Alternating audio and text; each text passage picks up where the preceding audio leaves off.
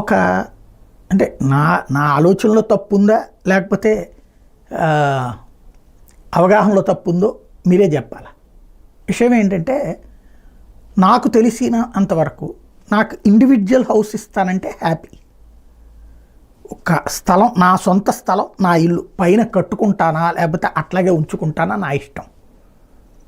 ఫ్రీగా ఇల్లు ఇస్తానంటే, లేదా డబ్బులు పెట్టి కొనుక్కున్నా. అపార్ట్మెంట్ తప్పనిసరి పరిస్థితుల్లో కొనటం అందుబాటులో లేనప్పుడు ఇప్పుడు ప్రభుత్వం ఓ ఫ్రీ ఇల్లు ఇస్తోంది. ఆ ఫ్రీ స్థలాలు ఇంతకుముందు జగన్మోహన్ రెడ్డి ఎవరికాళ్ళకి ఇండివిజువల్ స్థలాలు ఇచ్చాడు. పల్లెటూళ్ళలో అంటే కేంద్ర ప్రభుత్వ ఆదేశాలు అది. పల్లెటూళ్ళలో అయితే సెంటున్నారా, పట్టణాల్లో అయితే సెంటు. ఆ స్థలం ఇచ్చి స్థలంలో ఇల్లు కట్టించేయడం కరెక్టా? టిట్కో ఇళ్ళు అని చెప్పి 5 అంతస్తులు 6 అంతస్తులు కట్టియడం కరెక్టా? వాస్తవంగా ఇవాళ రోజున ఉన్న శారీరక పరిస్థితుల రీత్యా అంతస్తులు ఎక్కాలంటే ఎవరికి ఓపుకున్నట్ల.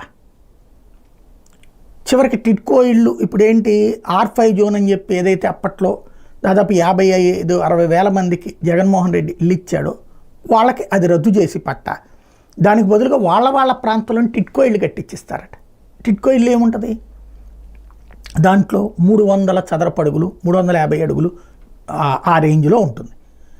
ఇది 442 అంటే 420 చదరపు అడుగుల ఇల్లు ఇండివిజువల్ బెటరా, 350 380 బెటరా? రెండోది ఇండివిజువల్ ఇల్లు బెటరా, ఇలాంటి అపార్ట్మెంట్ లాంటి దాంట్లో 2 అంతస్తు 3 అంతస్తు 4 అంతస్తు 5 అంతస్తు అనడం బెటరా? ఏది సరైనటువంటిది పేదవాడికి? వార్తలు మాత్రం ఎక్కడ వాళ్ళకి అక్కడే టిట్కో ఇళ్ళు, ముందుగా చెప్పే నిజమైన లబ్ధిదారుల ఎంపిక, అమరావతిలో R5 జోన్పై సర్కార్ కసరత్తు, అనువైన స్థలాల కోసం ఎన్టీఆర్ గుంటూరు జిల్లా కలెక్టర్ అన్వేషణ.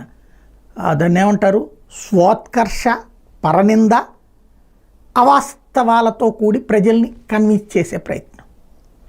అసలు ఏమీ రానోడికి ఏదో ఒక ఇల్లు వస్తే హ్యాపీనే, కానీ ఆ ఇచ్చేదేదో జీవితకాలం మనల్ని గుర్తుపెట్టుకునేటట్టు ఉండాలా?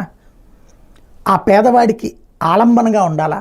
లేదా కొన్ని రోజులు పోయాక వాడు అది ఉండలేక మళ్ళీ ఎవడికో 1 లక్షకో 2 లక్షలకో అమ్మేసుకుంటాడు. ఆ తర్వాతన అది అంతే, అది చివరికి అసాంఘిక శక్తుల యొక్క అడ్డాగా మారిపోతుంటాయి.